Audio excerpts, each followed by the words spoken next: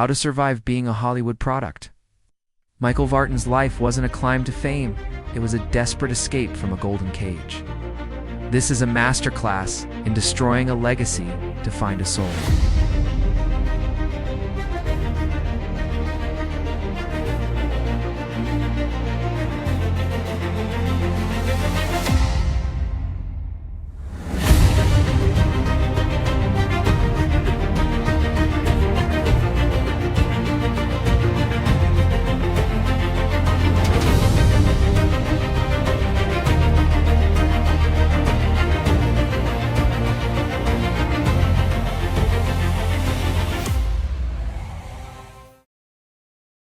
The trajectory of Michael Vartan's life serves as an extraordinary and deeply compelling case study in the psychological weight of legacy, and the friction between inherited fame and the desperate search for a personal identity.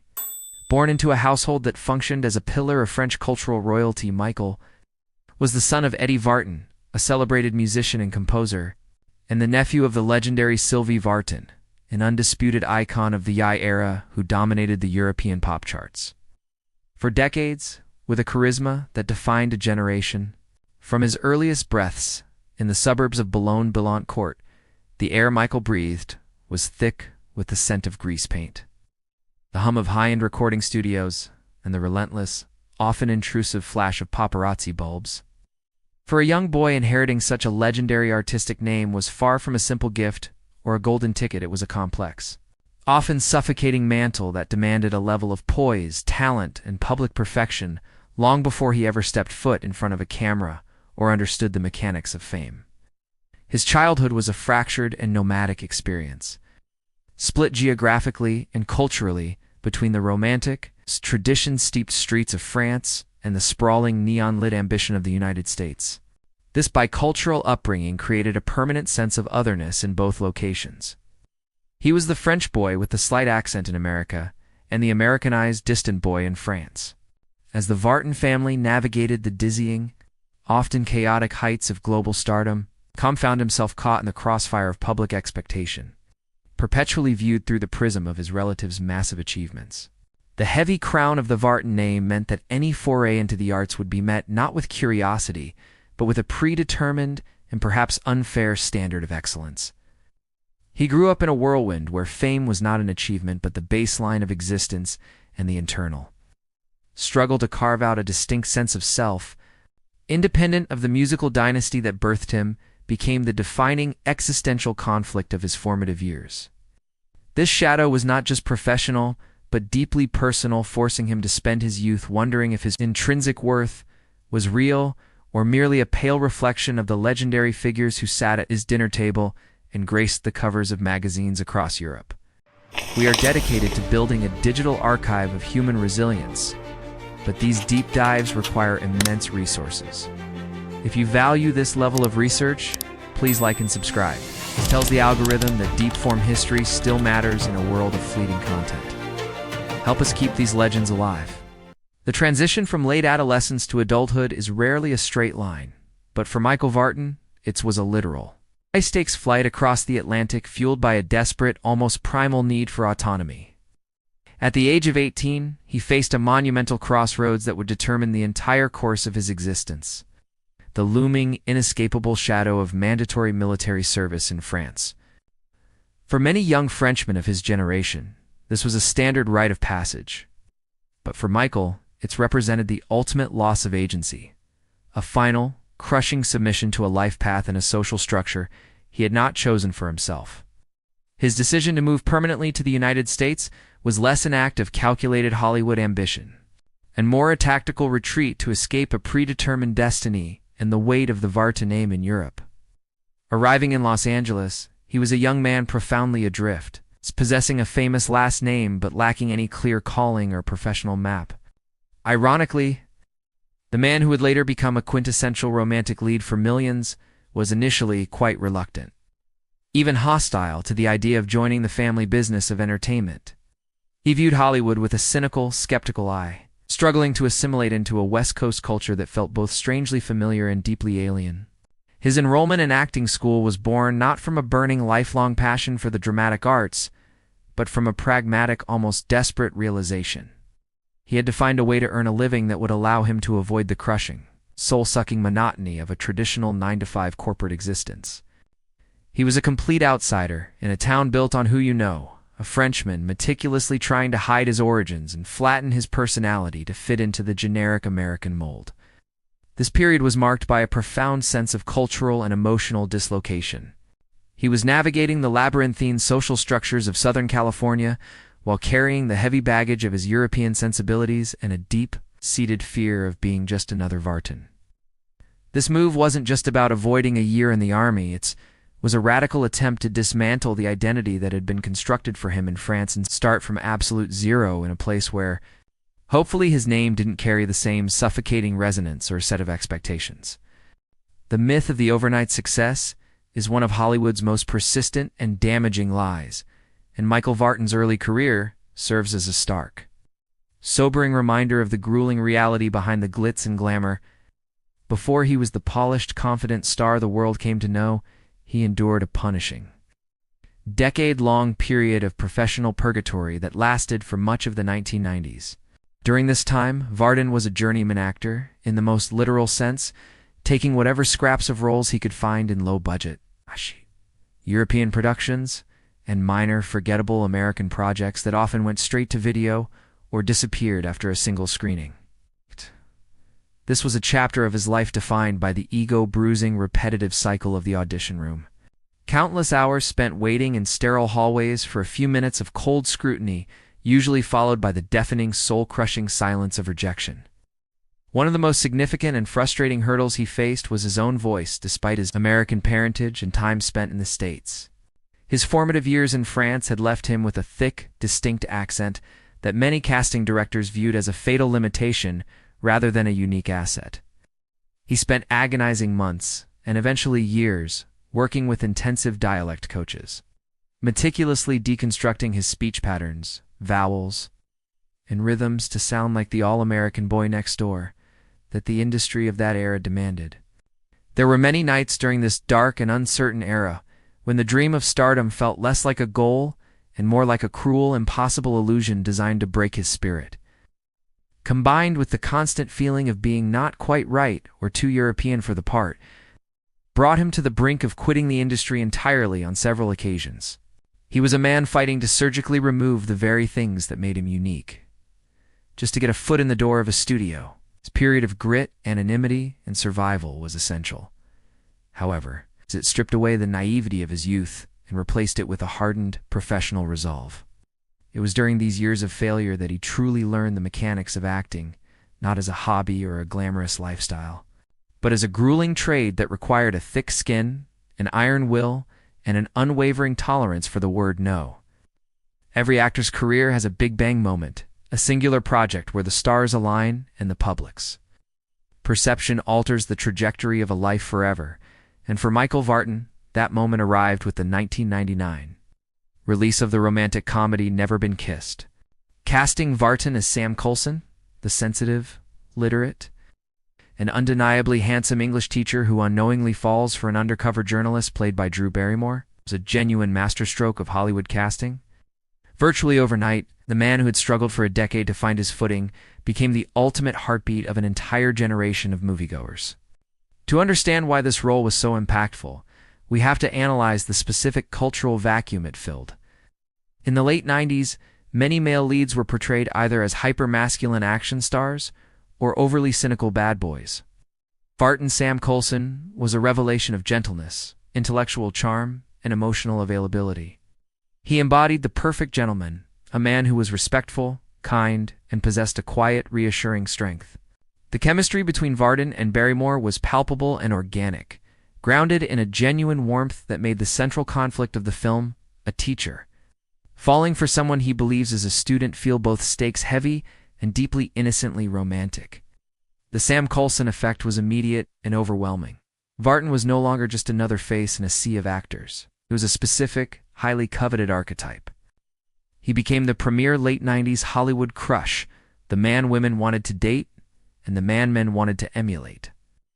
However, with that massive brand success came a new and complex set of challenges. The industry, ever hungry for a repeatable formula, began to view him through the very narrow, restrictive lens of the romantic hero. The success of the film was a double-edged sword. It provided the financial security and global recognition he had long craved, but it also threatened to trap him in a nice guy persona that would prove incredibly difficult to shed in the more ambitious years to come. The transition from a sudden breakout star to a sustained, respected leading man often involves navigating the golden cage of typecasting, a phenomenon Michael Vartan experienced with frustrating intensity following the global success of his romantic comedies. Being the world's favorite nice guy is a lucrative and comfortable position. But for an actor with true, burning, artistic ambition, it can quickly feel like a stifling and creative limitation.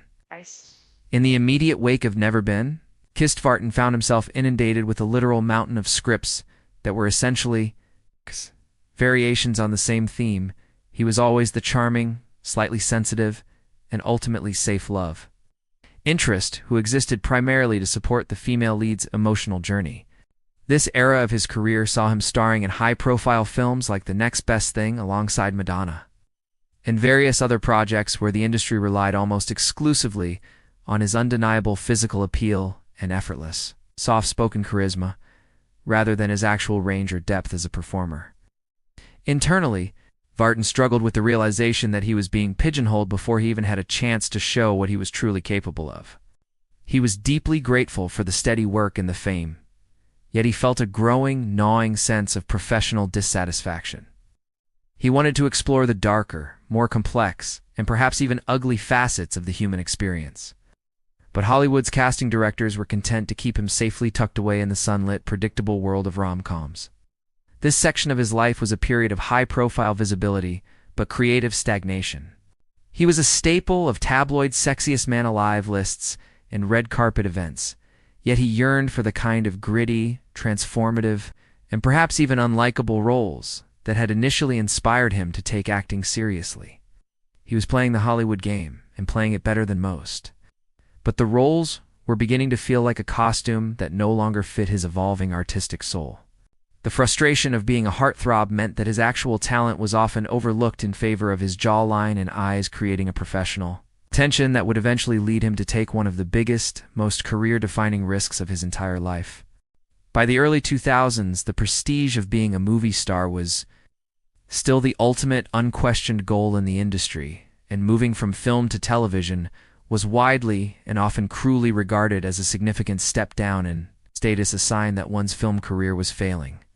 However, Michael Vartan, sensing with sharp intuition that his film career was beginning to plateau in a sea of interchangeable and increasingly shallow romantic leads, made a bold, counterintuitive, and ultimately brilliant decision. On the brink of being forgotten as just another rom-com guy whose time had passed, he auditioned for a top-secret project headed by a rising visionary creator named J.J. Abrams. That project was Alias. The stakes for this move were incredibly high.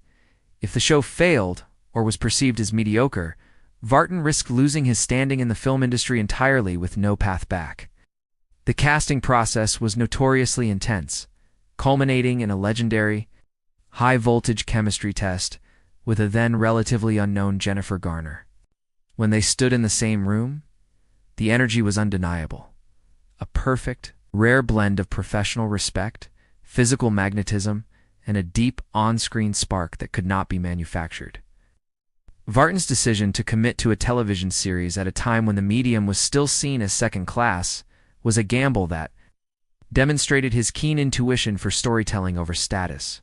He recognized immediately that the character of Michael Vaughn offered something his film roles did not: genuine complexity, physical action, moral ambiguity, and a narrative arc that would span years and hundreds of hours rather than a mere 90 minutes. This was the moment Vartan reclaimed his career and his identity. By stepping away from the traditional safe path of the Hollywood leading man, he found a platform that would allow him to redefine his image for a global audience and participate in the historic birth of what we now call the golden age of television. The role of Michael Vaughn in Alias required a total, uncompromising transformation, both physically and professionally, as Vartan had to shed his nice guy teacher persona to become a believable, high-stakes global action icon This wasn't just about spending hours in the gym or learning how to hold a tactical weapon. It was about embodying the quiet, intense, and often haunted energy of a CIA handler whose life and the lives of those he loved depended on a daily diet of deception, violence, and precision. Vartan rose to the challenge with a surprising and impressive grit, balancing the intense physical demands of the show's legendary action sequences with the deeply emotional, slow-burn romantic dynamic he shared with Sydney Bristow.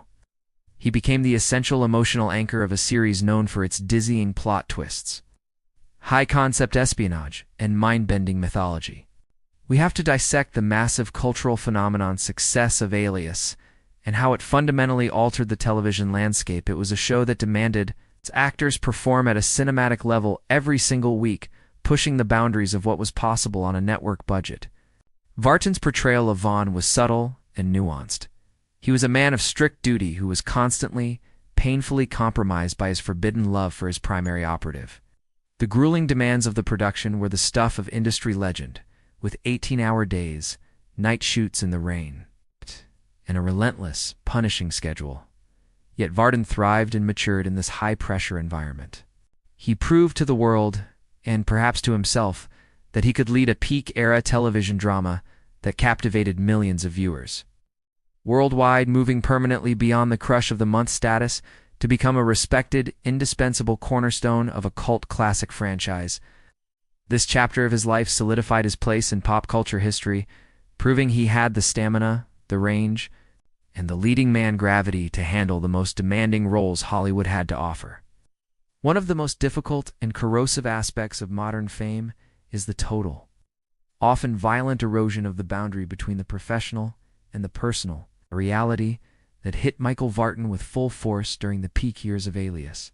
When he began a real-life romantic relationship with his co-star Jennifer Garner, the world's fascination with the show translated into a frenzied, almost pathological tabloid obsession with their private lives. For a time, they were the golden couple of the new television era.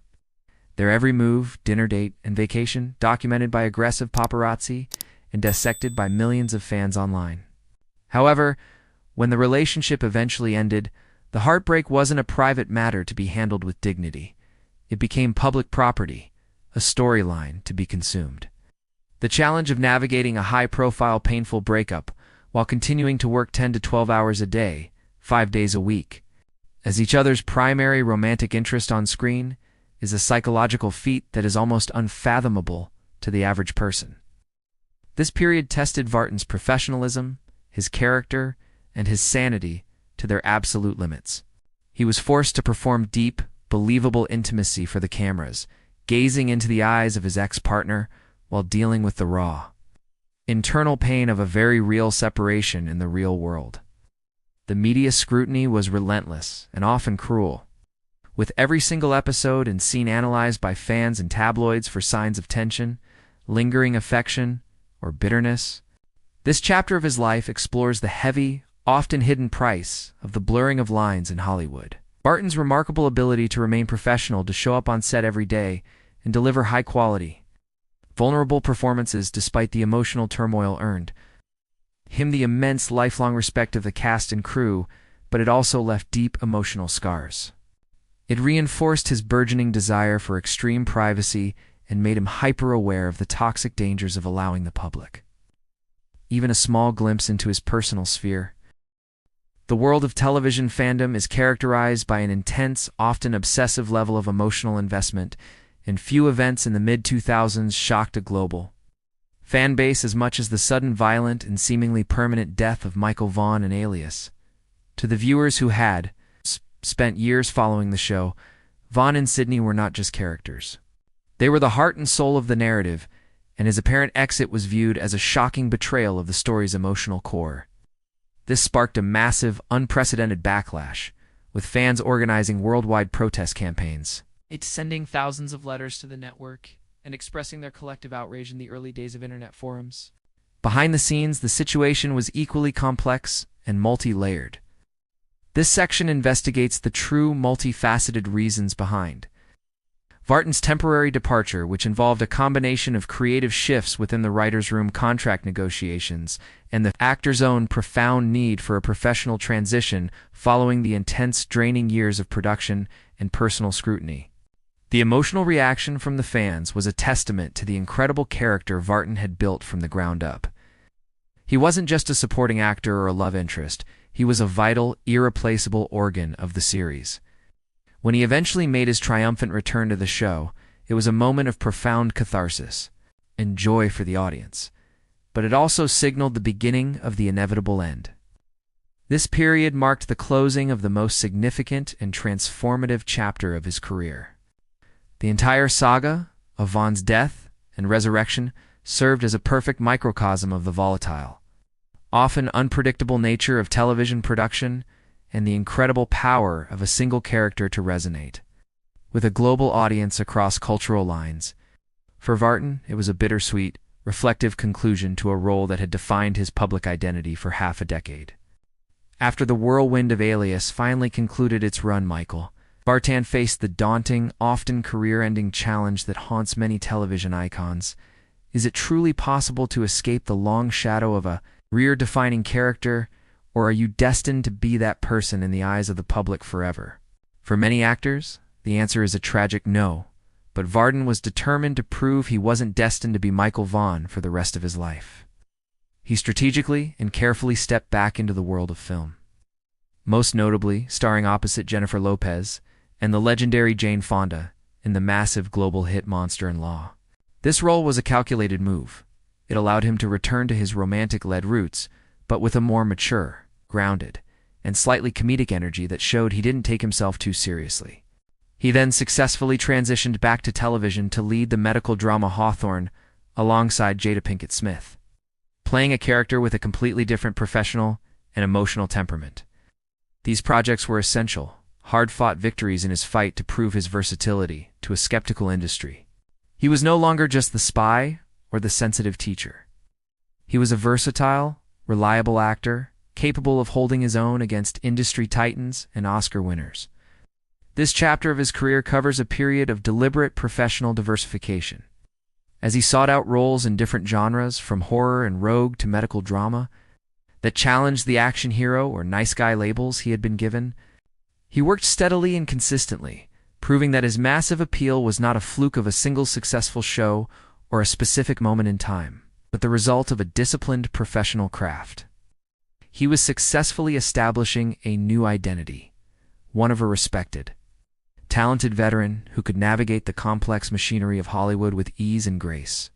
In a career that had been largely defined by good guy roles and morally upright characters, Michael Vartan's most radical, surprising, and artistically satisfying shift came when he decided to fully embrace his dark side. In the series The Arrangement, Vartan took on the role of Terrence Anderson, the cold, manipulative, and deeply enigmatic leader of a high-powered self-help organization that bore a striking, uncomfortable resemblance to a modern cult. This was the performance that finally and decisively shattered his teacher-next-door image once and for all. Terrence Vartan was terrifyingly composed, using his natural, easy charm not as a romantic tool, but as a sharpened weapon to control, exploit, and psychologically dismantle those around him.